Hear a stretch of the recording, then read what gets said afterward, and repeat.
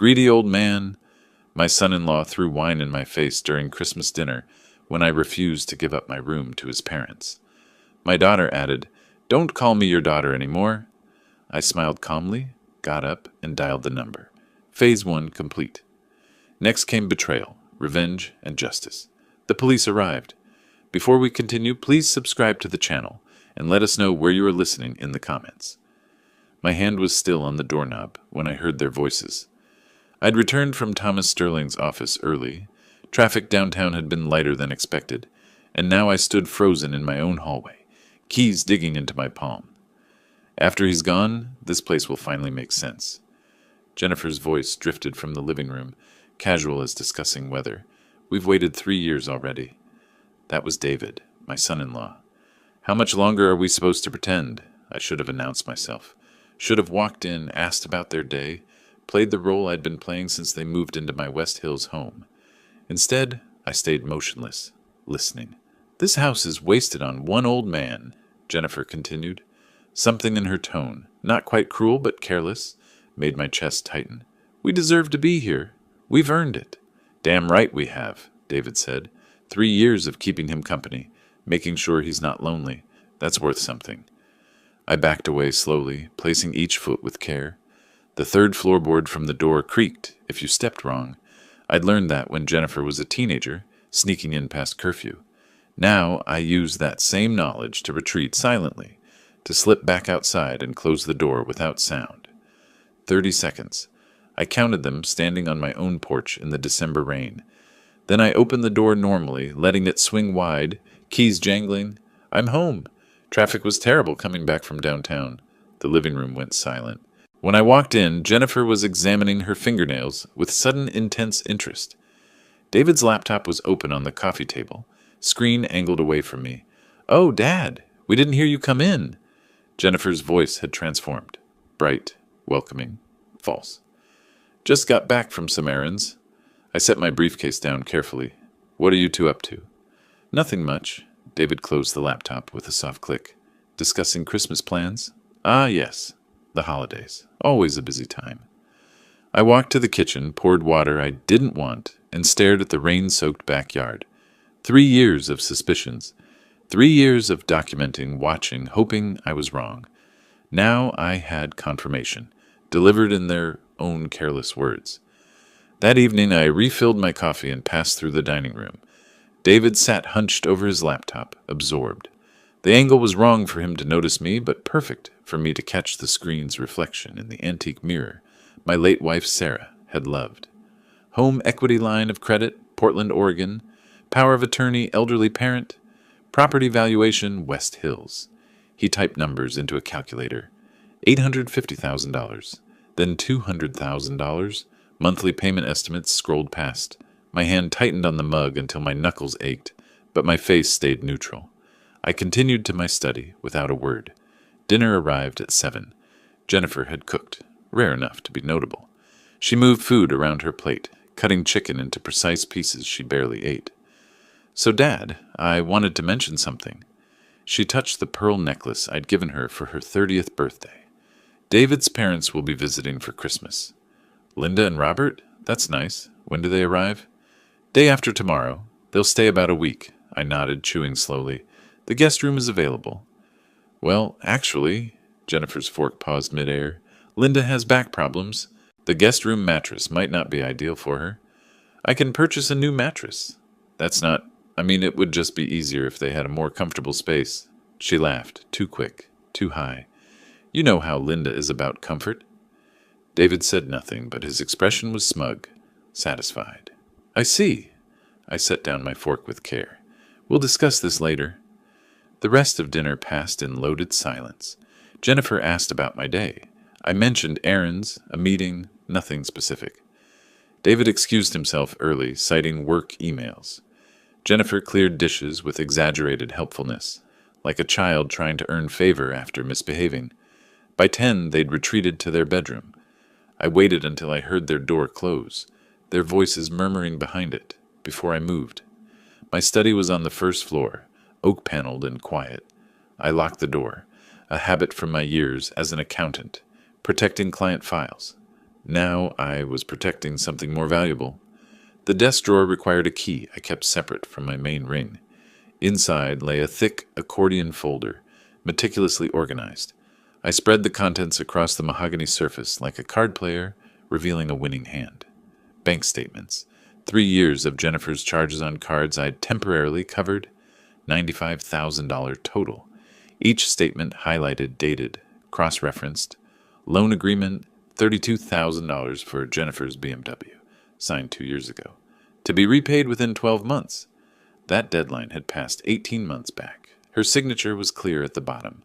Credit reports, showing their debt accumulation, their minimum payments, their careful avoidance of anything resembling financial responsibility. Photographs, David's laptop screens captured over months. Search histories, loan applications, property value estimates, audio files, saved on my phone, backed up on 3 separate drives. Oregon was a one-party consent state. Every conversation I'd been part of was legally recordable. And finally, dated just this morning, trust documents, irrevocable. The house, upon my death, would transfer to the charities Sarah and I had always supported. Jennifer would inherit nothing but debt. I pulled out my phone and dialed. "Thomas, it's Buford Harrison." My voice was steady. 3 years of practice at controlling it. Thomas Sterling had been my attorney for 20 years. He knew what this call meant. "We need to move forward. Tomorrow morning, if possible." His response was measured, professional.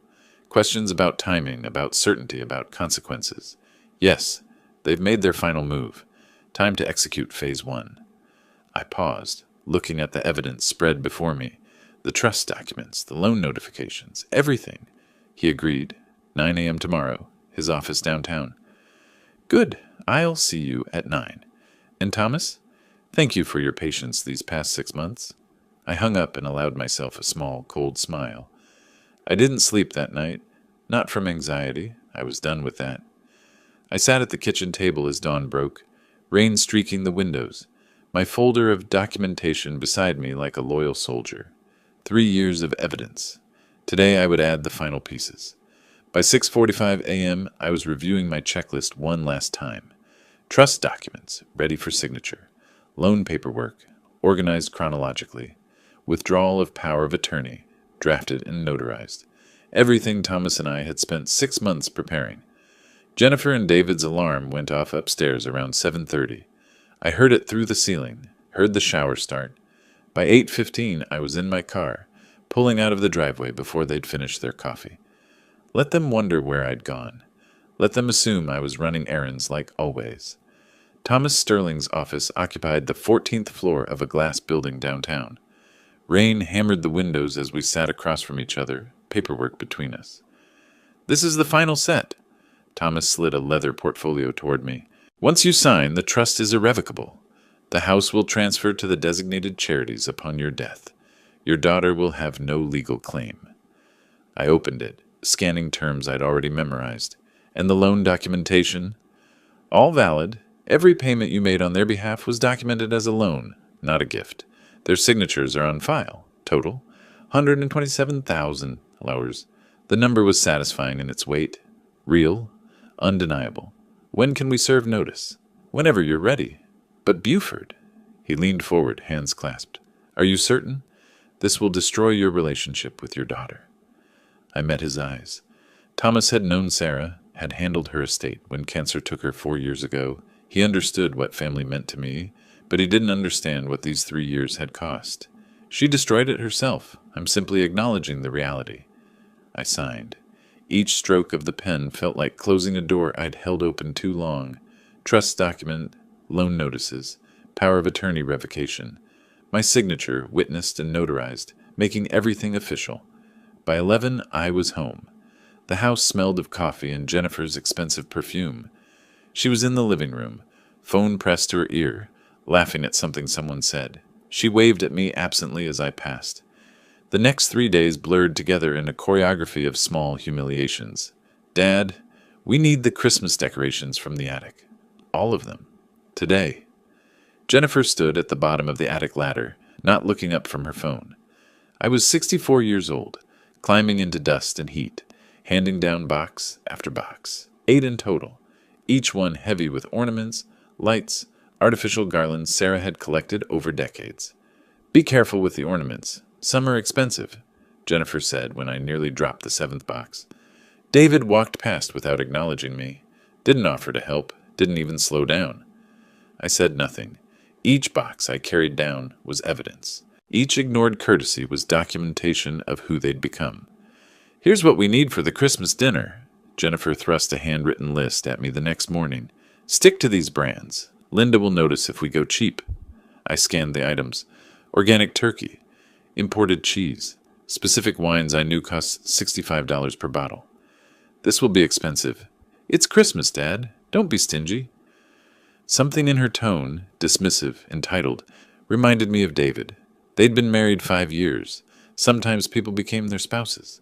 Sometimes they'd always been this way, and marriage just gave them permission. "How much do you expect this to cost?" $400 maybe? You can afford it." At the grocery store, I loaded the cart methodically.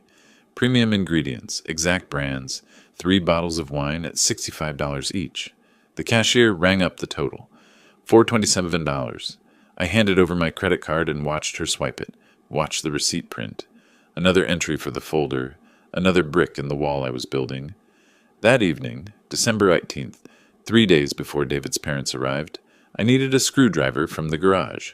Something to adjust the loose handle on my study door. Simple task. I heard David's voice before I opened the door, talking on his phone, assuming he was alone. I stopped, pulled out my phone, activated the voice recorder, stood motionless outside the garage door. "Yeah, I need a property appraisal for a home equity line of credit." His voice was casual, confident. "West Hills area, 3-story, probably valued around $850,000. Pause. "I'm anticipating $200,000 credit line. Should be straightforward given the property value." Pause. "No, not the current owner. Will be transferring to my name soon. Family situation, inheritance process accelerating." My finger pressed harder on the phone, making sure it was recording. "Medical reasons," David continued. "No death yet, but the old man's declining. Power of attorney first, then transfer. Should be finalized by end of January." 4 minutes. That's how long he talked, outlining his timeline, his strategy, his absolute certainty that my house would be his. When I heard him moving toward the house side door, I slipped around the corner, waited for him to pass, then entered through the outside entrance. The recording was already uploading to cloud storage. December 19th arrived cold and gray. Linda and Robert were due tomorrow. Jennifer had been increasingly anxious all day, cleaning, rearranging, instructing me on how things should be. At 8 p.m., she summoned me to the living room. Not asked, summoned. David stood behind the couch, arms crossed. Jennifer sat, gesturing to the chair opposite. Not offering, commanding. "Dad, sit down. We need to discuss something important." I sat. "Linda and Robert arrive tomorrow. They need proper sleeping arrangements. The guest room is prepared." David shifted his weight. "Linda has back issues. The guest room mattress won't work. You need to move to the basement room for the week." The words hung in the air. 3 years had been leading to this moment, the moment they stopped pretending and simply demanded. "No." Jennifer blinked. "What?" I said no. "This is my house, my bedroom. I'm not moving." "Are you serious right now?" David's voice rose. "After everything we've done for you?" Something cold settled in my chest. Calm. Final. "What exactly have you done for me?" "We live here." His face was reddening. "We keep you company. We could be anywhere, building our own lives, but we stay here taking care of you." "Taking care of me? You pay no rent? No bills? No food? I've covered every expense for 3 years." Jennifer's eyes were wet now. "How can you be so cruel? We sacrificed our independence to be here for you." "Sacrificed or convenient?" David took a step forward. "This house will be Jenny's anyway. You know that. We're just accelerating the inevitable." There it was. Final confirmation delivered with such casual certainty. They believed they'd already won. I stood slowly. "I see. Thank you for clarifying your intentions. That's very helpful." "Dad, wait." "No. I think we've said everything that needs saying. Excuse me." I walked to my study, locked the door, and retrieved the folder from my desk drawer. I spread everything across the mahogany surface again, but this time with different eyes. Not reviewing, admiring. 3 years. 1,095 days of documentation. Every slight, every expense, every entitled demand. All recorded, filed, notarized. They thought I was weak. They thought age had made me manageable. They were about to learn differently. The law was on my side. The evidence was overwhelming. And most importantly, they'd shown me exactly who they were. No more doubt, no more guilt. Only action. I closed the folder and allowed myself a genuine smile. Not warm, but satisfied. The trap was set. They'd walked in willingly. Linda and Robert Matthews arrived the next afternoon in a luxury rental car, a black Cadillac Escalade that announced their presence before they even reached the door. I watched from my study window as David rushed down the porch steps, arms spread in greeting. Jennifer appeared from the kitchen, smoothing her dress with nervous hands. Linda emerged from the Escalade like royalty surveying conquered territory. Designer heels touched wet pavement first, impractical shoes for December rain. She paused before fully exiting, her gaze sweeping the property with visible assessment. Her nose wrinkled slightly. Robert circled to retrieve luggage while Linda stood motionless, letting the rain dampen her coat rather than hurry inside. I remained at the window, cataloging details. David's eager gestures, Jennifer's anxious hovering, Linda's critical scan of my home's exterior, Robert's passive following carrying 2 large suitcases that suggested they planned an extended stay. When they entered the foyer, I heard Linda's voice clearly through my open study door. Well, it's certainly spacious, though the aesthetic is rather of another era. We've been planning some updates. Jennifer's laugh was brittle. Modern touches. I should think so. This wallpaper must be from the 90s. And that chandelier, a dismissive gesture I couldn't see but could picture perfectly. Once we're settled in properly, we'll renovate completely, David said. Once you have the authority, yes. Until then, I suppose we endure. I emerged from my study. Linda, Robert, welcome to my home. Linda barely glanced at me. Buford, thank you for accommodating us on such short notice. Family is always welcome. How gracious. Though I understand the guest room situation is less than ideal. That evening's dinner was theater. I'd prepared roasted chicken, vegetables, wine, simple but quality. Linda dominated conversation with surgical precision. Buford, this house really is excessive for one person. Don't you find it overwhelming? I've lived here 15 years. I'm comfortable. Comfortable, perhaps, but practical. She gestured with her fork. A man your age in a 3-story home? The stairs alone must be exhausting. Mom has a point, Buford. David leaned back, expansive. Senior living communities offer so many advantages. I'm 64, not infirm. Yet. Linda's smile didn't reach her eyes. None of us stay young forever.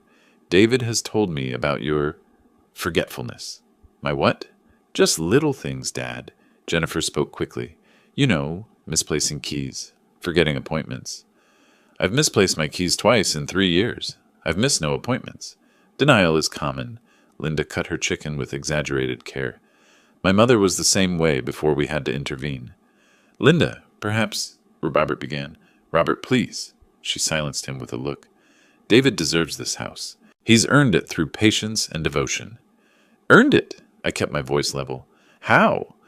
By staying with you, of course. Caring for you. That's worth something. I said nothing more. Each comment was a small blade, precisely placed. I noted them all. Linda's casual cruelty, Jennifer's eager agreement, David's smug satisfaction, Robert's guilty silence. This was rehearsed, coordinated. They'd planned this assault before arriving. After dinner, I excused myself, citing fatigue. In my study, I sat in darkness, door slightly ajar. Around 11 p.m., voices drifted from the living room, all 4 of them speaking in hushed but excited tones. I moved silently through the hallway, positioning myself in shadows where I could hear, but remain unseen. My phone was already in my hand, recorder activated, volume muted. I've researched the legal pathway. David's voice carried confidence. Power of attorney based on diminished capacity. It's completely legitimate if we have medical documentation. But Dad seems fine mentally, Jennifer said. How would we? I know someone. Linda's voice was matter-of-fact. Dr. Gerald Thornton. He and I have an understanding. For $3,000, he'll conduct an evaluation and provide the necessary diagnosis. Linda, that's fraud. Robert's objection was weak. It's expedience, Robert. Don't be naive. What if Dad refuses to see this doctor? Jennifer asked. He won't know he's being evaluated. Thornton will come here as a family friend, make observations, file his report with the court. My legs ached from standing motionless, but I didn't move. Every word was evidence. Once the power of attorney is granted, you'll have full control, Linda continued. Financial, medical, residential decisions, everything. And then? Jennifer's voice was small. Then we move him somewhere appropriate. Selwood Senior Living has an excellent memory care unit, but he doesn't have memory problems. David's response was cold. He will, according to the documentation. That's the point, Jenny. Keep up. The house transfers to you, David gets the equity line he needs for his business expansion, and everyone benefits. Everyone except Dad. He'll be comfortable. Well-fed, supervised. Honestly, it's better for him. He doesn't need the stress of managing this property. Exactly. Linda's voice held satisfaction. We're actually doing him a favor. I stood there for 47 minutes, recording every word. My hands remained steady. This wasn't shock. This was confirmation. When they finally dispersed to their rooms, I returned to my study and backed up the recording to 3 separate cloud services. The next morning, I entered the kitchen at 8. They were already seated, unusual as typically they slept late. Good morning, I said pleasantly. I have errands to run today. Linda barely acknowledged me, discussing with Jennifer the changes she'd make to the living room. David was on his phone, fingers moving rapidly across the screen. Texting the corrupt doctor, probably. I'll be back this afternoon. I carried my coffee mug to the sink, rinsed it carefully. Where are you going? David asked without looking up. Banking, paperwork, the usual. By 9:30, I was pulling into the parking garage of Patricia Reeves's office building downtown. Patricia had been my notary for 20 years, handled my first property deals, helped me build my accounting business. When I entered her office, she smiled warmly until she saw my expression. Buford, what's wrong? I set my phone on her desk. Listen to this. We sat in silence as the recording played. Patricia's face hardened progressively, professional concern giving way to outrage. When Linda mentioned Dr. Thornton, Patricia made a note. When David discussed memory care facilities for a man without memory issues, her pen pressed harder against paper. When it ended, she played it again, transcribing key passages. This is conspiracy to commit fraud and elder abuse. Her voice was tight. But we need to move fast. If they contact this Thornton before we act, he might file false documentation. What can we do? For 2 hours we worked. Patricia drafted documents with practiced efficiency. Formal revocation of any powers of attorney, even those not yet filed. Modification of my irrevocable trust to explicitly exclude claims based on alleged mental incapacity. A notarized statement of my current mental competency, witnessed by Patricia and her paralegal. A detailed letter to the Oregon Medical Board regarding Dr. Gerald Thornton's willingness to falsify capacity evaluations. Patricia applied her notary seal with firm pressure, official, legal, irreversible. She made 5 copies of everything, distributed them into separate envelopes. One for you, one for Thomas Sterling, one for my files, one for the safety deposit box, one to be held sealed unless needed. She labeled each carefully. Redundancy. They'll try to claim these don't exist. We need proof in multiple locations. Will this stop them? It removes their legal pathway completely. And Buford, this recording is evidence of attempted elder abuse. If they proceed, you could press charges. I don't want them arrested. The truth surprised me. I want them gone. Then we make it impossible for them to stay. Legally, financially, emotionally, impossible. When I left her office, the rain had intensified. I drove home slowly, taking the long route through downtown Portland. I needed time to think. By the time I pulled into my driveway, I'd made my decision about what came next. The house was bright with lights, laughter audible from inside. They were celebrating something, probably their brilliant plan. I sat in my car for 5 minutes, rain drumming on the roof, watching them through the windows. Then I collected myself and entered. Successful errands? Jennifer asked absently from the couch. Very successful, I replied. The next morning, I entered the kitchen to find all four of them already seated, waiting. The staging was deliberate. Linda occupied my usual chair at the table's head, David to her right, Jennifer to her left, Robert at the far end. A single chair remained open, positioned like a defendant's seat, isolated and facing them all. I noted the arrangement, but took the chair without comment. Poured coffee slowly. Let the silence build. Linda broke first. "Buford, we need to address the sleeping arrangements. That guest room situation is completely unacceptable." "Unacceptable how?" "The sofa bed is ancient. I've barely slept. My back is in agony. We require proper accommodations." "Dad, it's just for a few days." Jennifer touched her necklace. "Nervous habit. Can't you be flexible?" "And where would you suggest I sleep?" "The basement room is perfectly fine." David's voice carried casual dismissal. "Climate-controlled, private, comfortable." "You're one person rattling around in a master suite," Linda added. "We're two people on a fold-out couch. The logic is obvious." I took a sip of coffee. "The logic is that I should vacate my bedroom in my house for your comfort?" "The logic is that you should be gracious to your guests." "No." "What?" David's head snapped up. "No. I will not be moving to the basement. Not for a few days. Not at all." The refusal triggered something. David leaned forward, elbows on the table. "Since we're discussing living arrangements anyway, let's address the larger issue. This house is too much for you, Buford." "I manage fine." "Do you?" Linda's voice held practiced concern. 3 flights of stairs at your age? The yard work? Property maintenance? It's overwhelming. Jennifer and I need stable housing." David gestured between himself and my daughter. "We're in our 30s, building careers, planning our future. You need simplicity." "What exactly are you proposing?"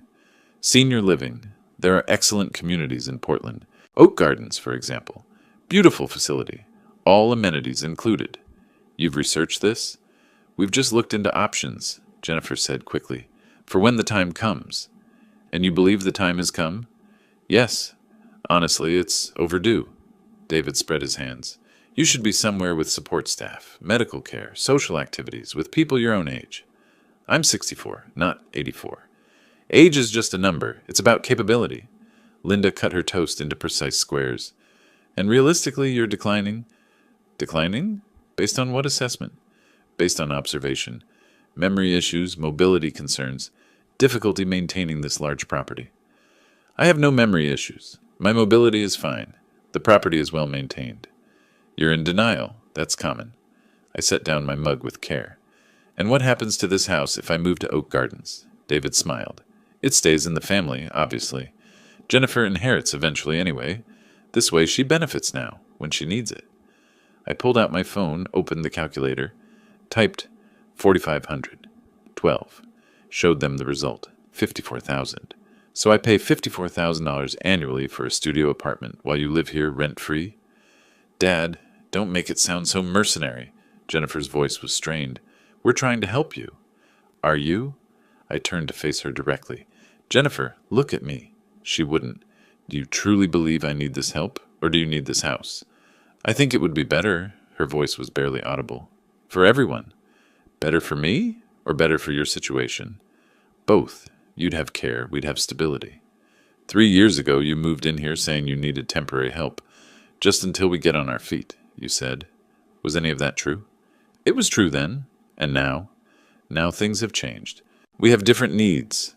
So when you said you were here to take care of me, you actually meant you were positioning yourselves to take possession of my assets. Stop twisting her words. David stood abruptly, palms flat on the table. "We're thinking about your welfare."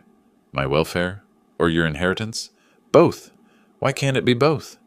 "Because one is generous and one is greedy, and I'm curious which is actually motivating this sudden concern for my well-being." David leaned over the table, looming. "You're being stubborn. Think about Jennifer for once. She's your daughter. She deserves security. She has security. She's lived here rent-free for 3 years. Temporary security. We need permanent arrangements. By permanent, you mean ownership of my house. I mean appropriate distribution of family assets. You're going to end up in Oak Gardens eventually, whether you cooperate now or not." David's voice dropped, threatening. "We can do this the easy way, or we can pursue other options." Other options? Explain. He caught himself realizing he'd said too much. Legal options. Standard procedures for elderly individuals who can't properly manage their affairs. And you believe I can't manage my affairs? I think you're becoming incapable of making sound decisions. This conversation proves it. I smiled, cold, knowing. The expression clearly unsettled him. How fascinating. And these legal procedures, you've researched them? I've consulted resources, yes. What kind of resources? That's not relevant. The point is there are mechanisms like power of attorney, perhaps, among other things. My smile widened slightly. I see. Well, you should certainly explore all your options, though I'd suggest consulting with a qualified attorney first. Legal procedures require proper documentation. Inadequate paperwork can lead to complications. Are you threatening us? Linda's voice was sharp. Threatening? No. Advising. The law is complex. One should be careful when attempting to invoke it. I stood, pushed my chair in, carried my mug to the sink, rinsed it methodically, placed it in the dishwasher, every movement deliberate. I appreciate your concerns. I'll give your proposal the consideration it deserves. Linda looked triumphant. So you'll look at oak gardens? I'll consider everything you've said. When will you decide? David asked. After Christmas. Speaking of which, tomorrow evening I'm hosting a dinner. 6 o'clock. I've invited guests. What guests? Jennifer's voice rose. I thought it was just family. Old friends, people I should have included from the start. You'll meet them tomorrow. Who specifically? David's confidence was wavering. People who matter. They'll be interested to meet all of you as well. This is highly irregular, Linda protested. Christmas should be family only. My house, my guest list. 6 o'clock. Dress appropriately. First impressions are important. What does that mean? It means be on your best behavior. These guests are observant. I turned toward the door, then paused. Oh, and David? About those legal procedures you mentioned? Consult an attorney before filing anything. You'll want to ensure your documentation is ironclad. Judges are particular about legitimacy, especially in elder law cases. Attempted fraud, even unsuccessful fraud, carries serious consequences. Who said anything about fraud? Did I say fraud? I meant errors. Paperwork errors. Easy to make when one rushes into legal processes without proper guidance. Buford, what are you implying? Linda's voice had lost its confidence. I'm not implying anything. I'm stating facts. The law protects vulnerable individuals from exploitation. It's quite robust, actually. Courts take these matters seriously. I stepped through the doorway. 6 o'clock tomorrow. Don't be late. My guests are punctual people. Behind me, silence stretched. Then Linda's voice, uncertain. What did he mean by that? Nothing. David's response lacked conviction. He's just posturing. I don't know. Robert spoke for only the second time all morning. The way he looked at you, David. That wasn't a desperate man. That was a man holding all the cards. I closed my study door and allowed myself a genuine smile. Christmas Eve arrived with gray skies and steady rain. I spent the afternoon in my study, making final calls, confirming arrangements. Jennifer and David moved through the house like ghosts, cleaning nervously, watching clocks. Linda complained about the guest room, the meal preparation, not being consulted on the menu. By 5:45, the dining room was ready. My best china, candles lit, wine breathing on the sideboard. I'd set 7 places instead of 5. Let them wonder. At precisely 6 o'clock, the doorbell rang. Thomas Sterling stood on the porch, briefcase in hand, wearing a sharp charcoal suit. Thomas, right on time. Come in. I led him to the living room where the others waited. Everyone, this is Thomas Sterling, an old friend. Thomas, my daughter Jennifer, her husband David, and David's parents, Linda and Robert. Thomas shook hands with practiced ease. I watched David try to assert dominance through grip strength. Thomas didn't react. Linda offered barely her fingertips, dismissive. Jennifer's hand trembled. Pleasure to meet you all. Thomas's voice was warm but professional. Buford's spoken fondly of his family. How do you two know each other? David asked him. We've worked together on various matters over the years. Business associates, you could say. What kind of business? Linda's eyes narrowed. Legal matters, primarily, Property management, estate planning, that sort of thing. David tensed. You're a lawyer? I am. Though tonight, I'm just a friend enjoying Christmas Eve dinner. Dad didn't mention you were coming. Jennifer's voice was thin. I mentioned I was inviting guests. Thomas is always welcome at my table. Linda's response was ice. How fortunate for him. Dinner began with forced civility. I served the first course. Butternut squash soup, simple but elegant. Linda's first words, "This vintage is pedestrian." She gestured at the wine. Rather common for a formal dinner. David drained his first glass before the soup was finished. Poured a second immediately. His hands weren't quite steady. Thomas made pleasant conversation about Portland weather, the holidays, nothing substantial. But his presence unnerved them. I could see it. Jennifer barely touching her food. David drinking faster than eating. Linda's rigid posture. Halfway through the main course, David's wine courage kicked in. Buford, Jennifer and I have made a decision about your living situation. His words carried forced confidence. After the holidays, we're helping you transition to Oak Gardens Retirement Community. They have availability, $4,500 monthly. Perfect for your needs. I cut my chicken with deliberate care. And who pays this $4,500? You will, Dad. Jennifer spoke quickly. From the sale of this house. I'm selling my house? It's the logical solution. David leaned back, expansive. You move somewhere appropriate. We maintain the family home. Where will you live? Here, obviously. Someone has to maintain the property, manage everything. I set down my fork. This property isn't yours to manage. Not yet, David's voice rose. But it will be. You're not eternal, old man. Jennifer inherits eventually. We're just being practical about timing. David's absolutely correct. Linda nodded. You're hoarding assets that should benefit the family now. Thomas spoke quietly. Interesting perspective. I'm sorry, who asked for your input? Linda turned on him. Nobody. But as Buford's legal counsel, I'm naturally interested in discussions about his estate. Legal counsel? David's face flushed. What affairs? Thomas has handled my affairs for some time now, I said calmly. Jennifer's voice cracked. Dad, what's going on? Linda pivoted abruptly. Speaking of practical matters, Buford, I'm finished being diplomatic about sleeping arrangements. Tomorrow is Christmas. I will not spend it exhausted from another night on that sofa.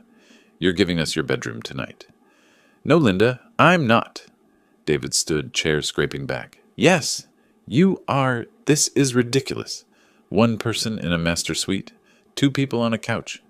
One person in his own bedroom, in his own house. Your house? Your bedroom? David's voice cracked.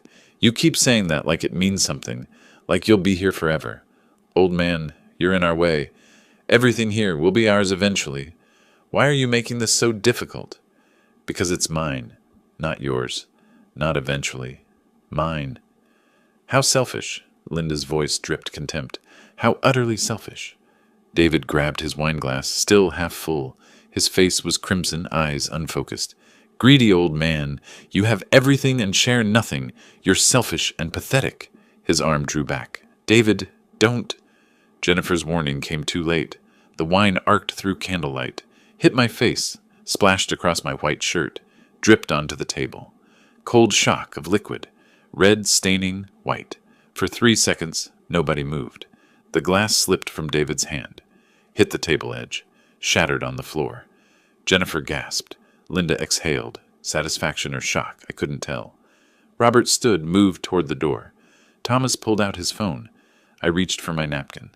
Wiped my face methodically. Temple, cheek, chin, neck. Set down the napkin, stood. Pulled my phone from my pocket. Phase 1 complete. I scrolled to contacts. Selected Detective Morrison, pressed speaker. The dial tone filled the silent room. Once, twice, 3 times. Morrison? Detective, it's Buford Harrison. You can come now. Everything's recorded as we discussed. Her voice was professional, clear. I'm 5 minutes away. Keep everyone at the location. Don't let anyone leave or destroy evidence. Understood. I hung up, set the phone on the table, looked at each of them. David's face had drained of color. What did you do? You called the police? On us? I called a detective investigating conspiracy to commit fraud against an elderly person. Fraud? Jennifer's voice was barely audible. What fraud? The plan to forge medical documents. the scheme to obtain power of attorney through falsified mental capacity evaluations. Dr. Gerald Thornton, $3,000 for fabricated diagnoses. Ring any bells? Linda's hands trembled. How do you know that name? I know everything, Linda. Every detail of your conspiracy. I've known since December 20th when you discussed it in my living room. You recorded us? David stumbled backward. That's illegal. Thomas spoke calmly. Oregon Revised Statute 165-540. One-party consent. Entirely legal when Mr. Harrison recorded conversations in his own home. Dad, please, Jennifer was crying again. This is a misunderstanding. Explain to Detective Morrison when she arrives. I'm sure she'll be fascinated. This is entrapment, Linda's voice shook. Provocation. This is documentation of conspiracy to commit elder abuse and fraud, Thomas said. Very different things, Mrs. Matthews. Through the window, I saw headlights sweep the driveway. 3 minutes had passed since the phone call. I stood by the window, wine still staining my shirt. Thomas had his briefcase open, reviewing documents. David paced, running hands through his hair. Jennifer sat frozen, mascara streaked. Linda maintained rigid posture, but her hands trembled. Robert stood by the door, coat already retrieved. Headlights swept the driveway. An unmarked sedan parked. 2 uniformed officers emerged, followed by a woman in plain clothes. I opened the door before she could knock. Detective, thank you for coming. Mr. Harrison. She was early 40s, professional demeanor, sharp eyes. She showed credentials. Detective Sarah Morrison, Portland Police. 2 uniformed officers, Martinez and Chen, remained near the entrance, blocking exits. Morrison entered the dining room, surveying everything. Wine-stained table, broken glass, my ruined shirt, 4 people in obvious distress. 1 calm lawyer with open briefcase. You reported an assault and conspiracy to commit fraud? I reached into my pocket, pulled out a small digital recorder. Everything's documented. The assault happened minutes ago. The conspiracy... I pressed play. David's voice filled the room. Recorded December 20th. Dr. Thornton will provide the evaluation for $3,000. This is entrapment. David's voice was too loud. He provoked us. Recorded us illegally. Morrison held up a hand. Sir, I'll get to you. Mr. Harrison? Thomas stepped forward. Detective, I'm Thomas Sterling, Mr. Harrison's attorney. Oregon is a one-party consent state. These recordings are completely legal. Mr. Harrison recorded conversations in his own home, to which he was a party. Morrison nodded, familiar with the law. But he set us up. David tried again. The whole dinner was a trap. So you're admitting the statements on the recording are accurate? David froze, realizing his mistake. My son has had too much to drink. Linda's voice was strained. He doesn't know what he's saying. Morrison glanced at the wine bottles. I can see that. Sir, have you consumed alcohol tonight? That's irrelevant. Actually, it's quite relevant to credibility and behavior. Morrison listened to key portions of both recordings. Her expression hardened when Linda's voice mentioned falsifying medical documents. She made notes. Dr. Gerald Thornton, $3,000. Falsified capacity evaluation. When the recording reached the wine-throwing moment, she looked at my stained shirt, then at David. Did you throw a beverage at Mr. Harrison? He was being impossible, refusing reasonable requests. That's not an answer. Did you throw wine at him? David looked around for a lawyer who wasn't there. Yes, but... No buts needed. Simple assault. Minimum. She continued writing. Are you arresting us? Jennifer's voice cracked. That depends. Mr. Harrison, do you wish to press charges for the assault? I considered. Everyone watched. I could destroy them completely right now. Not for the assault. I want it documented, but I don't want my son-in-law arrested on Christmas Eve. Jennifer exhaled. Premature relief. However, I do want the conspiracy investigated. Attempted fraud against an elderly person, conspiracy to falsify medical documents, attempted illegal seizure of assets. Morrison nodded. We'll open an investigation. I'll need to interview everyone separately. She turned to Linda. Mrs. Matthews, do you know a Dr. Gerald Thornton? Linda's face paled. I want an attorney present before answering questions. That's your right, but refusal to cooperate is noted. After brief individual interviews, basic information gathering, Morrison released everyone with warnings. Don't leave the Portland area. We'll have follow-up questions. If anyone contacts Dr. Thornton or attempts to interfere with this investigation, that's obstruction. Linda stood immediately. Robert, we're leaving. Now. Jennifer called after her. Mom, wait! You got us into this situation, Jennifer. Linda's voice was cold. You and your weak spine. We're going home. Sounds of rapid packing upstairs. 15 minutes later, the Escalade pulled out, heading back to Seattle. Fleeing, though technically allowed since they weren't charged. Yet. After the police left, it was past 10. David and Jennifer sat on the couch, stunned. I went to my study, returned with Thomas. Thomas opened his briefcase, removed official documents. Jennifer Matthews and David Matthews, I'm here in my capacity as legal counsel to formally serve you with the following notifications. He placed documents on the coffee table. First, notice of irrevocable trust.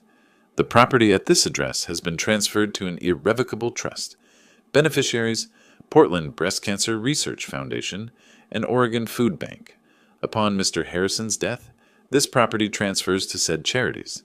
You have no current or future claim to this asset. David's face drained of color. Second, notice to quit. As residents without a valid rental agreement, you are hereby given 30 days to vacate the premises. Third, loan repayment demand. Total amount owed, $127,000, representing car loan, credit card payments, and other expenses paid on your behalf over 3 years. Payment plan or legal action commences January 15th. Jennifer stared at the papers. Dad, what is this? The truth. Everything I gave you was documented as loans. You signed the papers. You just never read them. David picked up the car loan document, saw Jennifer's signature. $32,000 for the Lexus? With interest, Thomas said. And that's just one item. You can't do this, Jennifer's voice broke. I'm your daughter. You said not to call you that anymore. I'm honoring your request. Jennifer picked up the trust document, hands shaking. Breast cancer research? Food bank? Not me. Because charity won't try to defraud me, forge documents to declare me incompetent, or conspire to lock me in a memory care facility I don't need. She grabbed the eviction notice. 30 days? Where are we supposed to go? That's not my concern. You made it clear tonight you don't want to be my daughter. Daughters don't demand their fathers be institutionalized so they can steal property. The loan document showed the total, $127,000. We can't pay this. Then you'll face collections, wage garnishment, asset seizure. The legal processes apply to everyone. Thomas gathered his copies. You have 30 days to vacate. The loan payment is due January 15th. Any questions should go through proper legal channels. He left. The front door closed. Jennifer and David sat in silence. Documents spread before them like evidence of their own destruction. Finally, understanding. They'd lost everything. Christmas morning arrived hollow and quiet. I woke early, made coffee in my kitchen without interference for the first time in 3 years. The absence of tension felt strange, almost unfamiliar. Upstairs, David and Jennifer hadn't slept. I'd heard them moving around all night, voices murmuring, laptop keys clicking. Around 8, David appeared in my study doorway. His eyes were red from screen staring, not tears. We need to talk. I didn't look up from my book. We have nothing to discuss. Everything was explained last night. I'm getting a lawyer. Those documents won't hold up. Feel free to consult counsel. Thomas Sterling followed the law precisely. You'll waste money, but that's your choice. His jaw clenched. You manipulated Jennifer into signing those papers. I offered assistance with expenses. She signed standard loan agreements. If she didn't read them, that's her responsibility. No court will uphold this. Every court will. The documents are notarized, witnessed, legally binding. Your lawyer will tell you the same, after charging you several $1,000s. He left. 2 hours later, he was gone in Jennifer's Lexus, heading to some attorney willing to meet on Christmas Day. By noon, he returned. I heard him come in, heard Jennifer's urgent questions, heard his defeated response. He says we have no case. That afternoon, Jennifer found me in the living room. She'd been crying all morning. She tried the emotional approach one final time. Dad, I'm your daughter. Blood. Family. You can't actually go through with this. I remained in my chair, book open. You told me not to call you my daughter. December 23rd, approximately 7:46 p.m. Those were your exact words. I was upset. I didn't mean it. I looked at her properly. You meant it enough to say it in front of witnesses, including a police detective. You meant it enough to support a plan to have me declared incompetent and institutionalized. Which part exactly didn't you mean? She had no answer. Tears, apologies, promises to do better, all flowed freely. I remained unmoved. I would have forgiven the greed. I would have forgiven the manipulation. But you conspired to take my freedom. That crosses a line that can't be uncrossed. The next day, David's desperation took a predictable turn. He contacted the Portland Tribune with his version. Cruel father evicting his own daughter just after Christmas, demanding repayment for gifts given over years, leaving them homeless over a family dispute. The reporter published a brief online article. For a few hours, social media buzzed with outrage. People loved that narrative. Heartless parent, suffering children. David thought he was winning. Then I made my move. I contacted the same reporter, provided complete context, recordings of the conspiracy, documentation of the power of attorney scheme, proof of attempted fraud, copies of loan agreements showing legitimate debt collection. I also provided Detective Morrison's statement, confirming an active investigation into conspiracy to commit elder abuse. The reporter, realizing she'd nearly published a one-sided story about fraud victims, issued a correction and full investigative piece. Elderly Portland businessman foils family fraud scheme. The article detailed everything: the conspiracy, the corrupt doctor plan, the wine-throwing assault. David's name was prominently featured. His original sympathetic narrative was destroyed within hours. That evening, David's phone rang. His supervisor. David, we've seen the news coverage. The company can't be associated with someone involved in an elder abuse investigation. We're placing you on unpaid leave pending resolution. Corporate speak, for you're likely fired. 2 hours later, Jennifer received a similar call from the salon owner. This publicity isn't good for business. Clients are uncomfortable. I'm sorry, but I need to let you go. Both unemployed within hours. Their modest but stable income evaporated. That evening, they sat at the kitchen table surrounded by laptop screens, showing apartments they couldn't afford, loan applications already denied, job postings now impossible because Google searches of their names produced that article. David slammed his laptop closed. This is impossible. We have nothing. We can't afford to move, can't afford to stay, can't afford a lawyer to fight it. Jennifer stared at her phone, reading comments. Hundreds of strangers celebrating their downfall. Greedy. Scheming. Karma. She looked at David. My father did this. He planned every piece of it. For months, maybe years. We never had a chance. David's response was bitter. We had every chance. We just thought we were smarter than him. We were wrong. The morning of December 27th, David woke after maybe 2 hours of sleep. Jennifer was already awake, laptop open, scrolling through apartment listings with dead eyes. She'd been doing this since 5 a.m. Search, calculate, realize it's impossible, repeat. What about this one? She pointed to a studio. $200 monthly. David joined her, coffee forgotten. $200 plus deposit is $600. We have $200. Minus moving truck, utility deposits, food. She trailed off. We'd be broke in a week. They kept searching anyway because the alternative was accepting they were trapped. By noon, they'd called 15 apartment complexes. Each conversation followed the same script. Yes, we're interested. Credit check? Well, there's some outstanding debt. How much? Oh, $127,000. No, I understand. Thank you anyway. 13 rejected them immediately. 2 said maybe, but required co-signers with excellent credit. They had none. David tried a private landlord on Craigslist. The landlord Googled their names during the call. Is this you in the Portland Tribune article about the fraud investigation? Click. Dial tone. Their names were poison.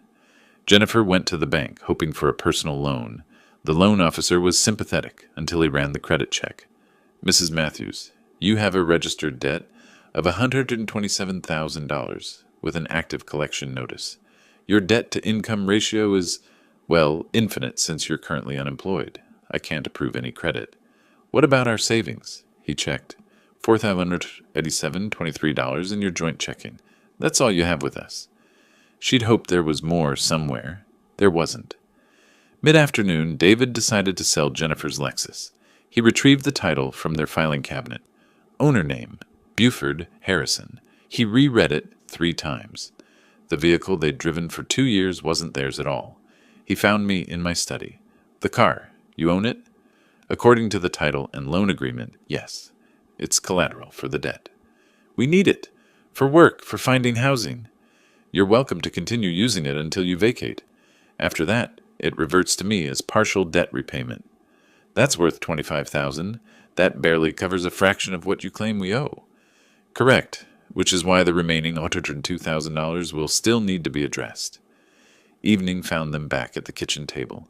Jennifer had a legal pad filled with calculations all crossed out. Current assets, $4,087. Minimum housing deposit, $3,500. Remaining, $687. Monthly expenses, food $400.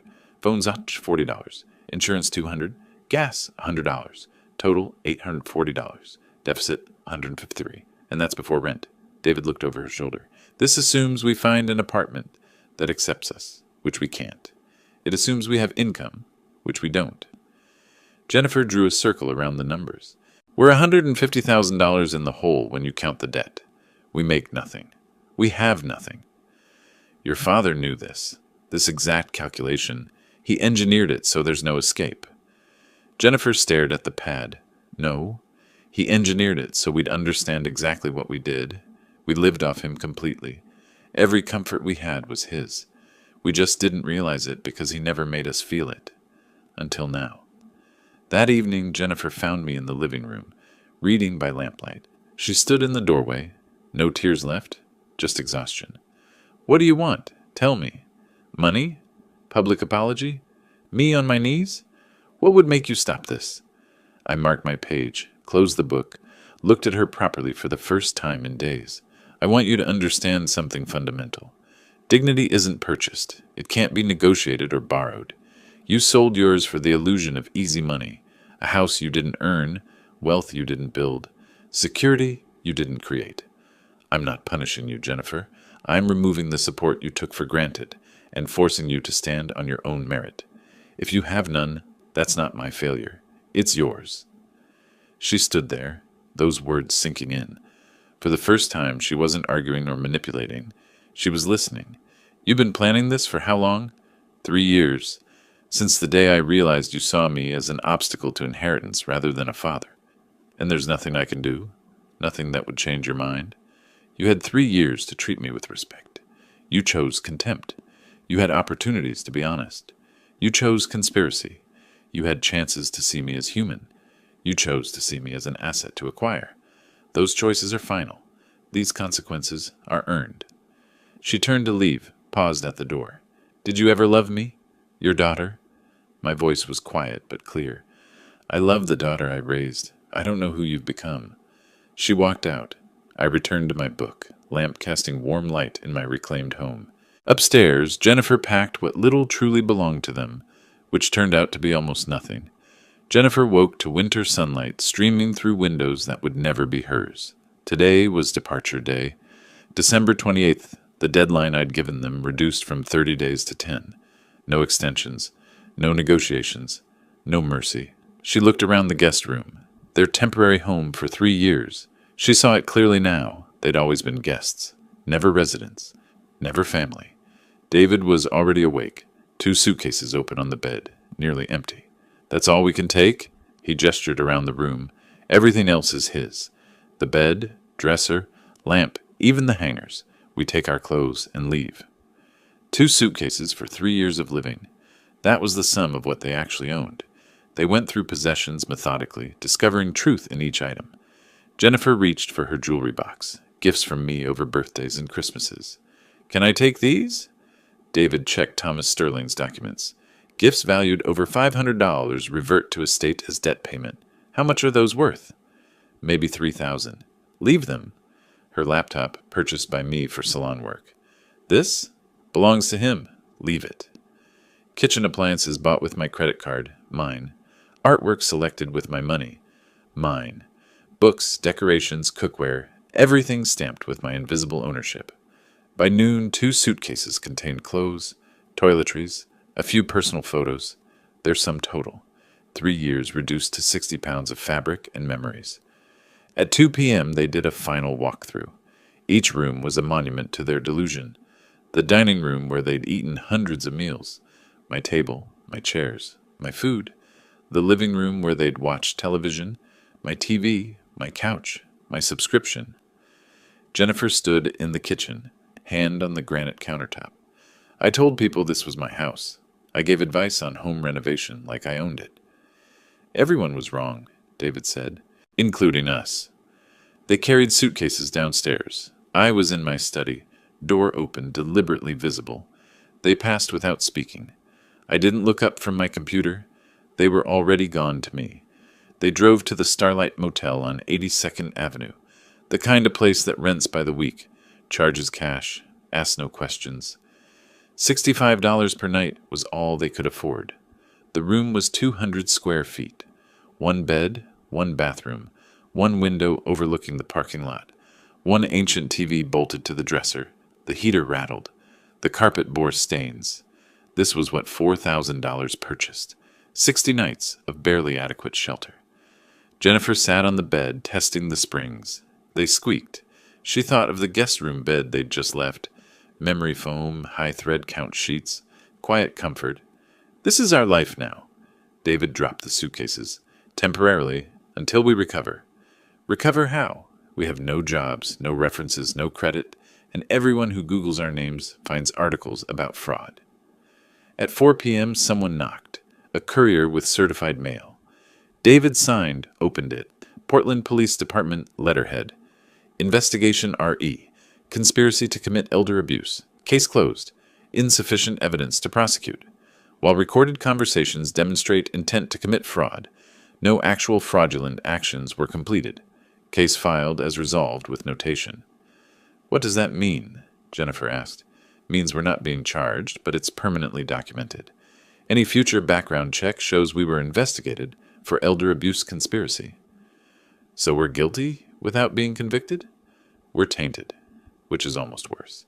Conviction you can eventually clear. Suspicion follows forever. An hour later, another envelope. Columbia Credit Services. Debt collection notice. $127,000 principal plus accrued interest. Payment plan required within 30 days, or wage garnishment proceedings initiated. Payment options: $3,000 monthly for 4 years, or $1,500 monthly for 8 years, or lump sum settlement of $110,000. This is impossible, David said.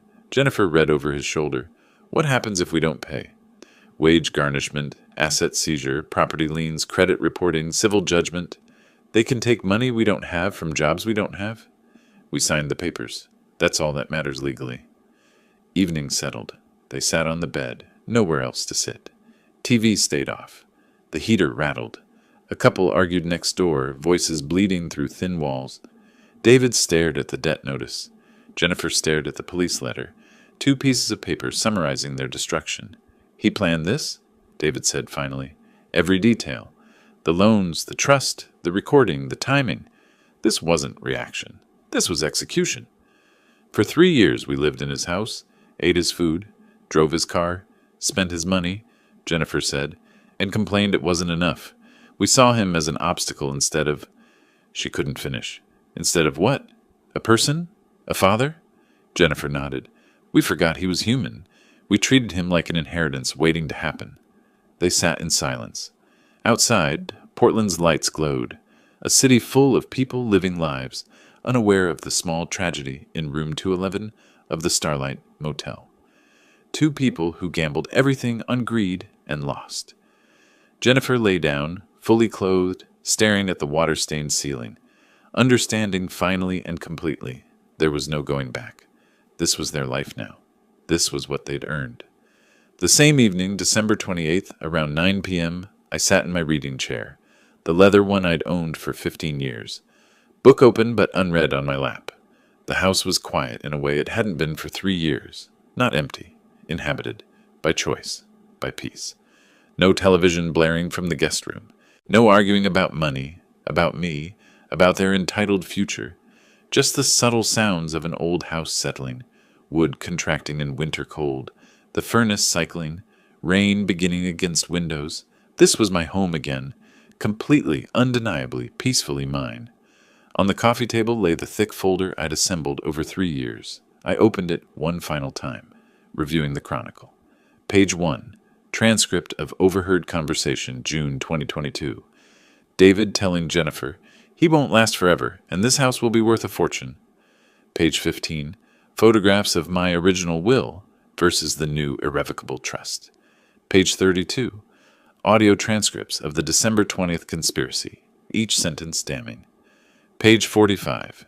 Jennifer's signatures on 8 loan agreements, each clearly titled, each legally binding. I documented everything because I'd learned a hard lesson. Family alone isn't enough. Without respect, without basic decency, family becomes predation. This folder was my shield. Now, my vindication. I reached for my phone, dialed Thomas Sterling. "Thomas, it's Buford. They departed at 2 p.m. as required. I wanted to thank you for your precision." He assured me the trust was airtight, the debt collection proceeding normally, the eviction legally unassailable. Next call, Patricia Reeves. "Patricia, the trust is executed. Portland Breast Cancer Research Foundation and Oregon Food Bank will receive the property upon my death. Thank you for 20 years of faithful service." She expressed satisfaction that I'd protected myself. 2 phone calls, 2 partnerships concluded. The legal architecture of my protection was complete. I stood at the window, looking out at Portland's lights scattered across the valley. Breast cancer research. My wife had fought that battle 8 years ago, ultimately losing. The house she loved would fund research, so others might win. Oregon Food Bank. I remembered childhood hunger, remembered my mother stretching meals impossibly thin. This house would feed people who needed it. Jennifer and David wanted this property to fund their comfort, their leisure, their avoidance of responsibility. Instead, it would serve people who actually needed help. That felt correct. Not vengeful. Correct. Justice aligned with compassion, just not compassion for those who'd tried to exploit me. I returned to my chair, let myself remember. 3 years ago, Jennifer moved in with promises of just temporary. I'd believed her, wanted to help. But within months, the dynamic shifted. I became the inconvenience, the obstacle, the old man in the way. Little comments. "You really need all this space?" Financial requests. "Just help us with the car payment." Dismissive gestures, eye rolls when I spoke. Conversations stopped when I entered rooms. I saw it happening and made a choice. Document everything, prepare for the worst, hope for the best. The worst arrived. My preparation saved me. I felt no guilt about that. I'd expected to feel victorious. I'd won, after all, kept my home, exposed their scheme, protected my assets, restored order. But sitting in that quiet house, I felt something different. Profound sadness mixed with relief. I'd lost my daughter, not to death, but to choices. Her choices, not mine. She'd chosen greed over relationship, conspiracy over honesty, entitlement over gratitude. I'd responded by removing myself from exploitation, but the cost was permanent severing. 36 years of fatherhood ended. I wasn't happy about that. But I was at peace with it. Some prices are worth paying to maintain dignity. I stood, walked through my house room by room. The guest bedroom, I'd convert it to a library, remove all traces of their occupancy. The dining room, I'd refinish that wine-stained table, restore what was damaged. The kitchen, I'd rearrange it for one person's efficiency, my projects, my space. Each room would be reclaimed, reimagined, repurposed. This wasn't the end of my life. This was a beginning. I was 64, healthy, financially secure, and finally free from people who saw me as a resource rather than a person. I stepped onto the back terrace, cold December air, sharp in my lungs. Below, Portland glowed. Above, stars emerged between clouds. I raised my coffee mug in a quiet salute to myself, to dignity, to boundaries, to the courage to protect yourself from those who'd harm you, even when they're family, especially when they're family. I finished my coffee, returned inside, locked the door, turned out the lights. Tomorrow I'd begin again. Tonight, I'd rest in the silence I'd earned, the silence after the storm, the silence of a home that was finally, completely, peacefully mine. If you like this story, please like this video, subscribe to the channel, and share your impressions of this story in the comments. To listen to the next story, click on the box on the left. Thank you for watching.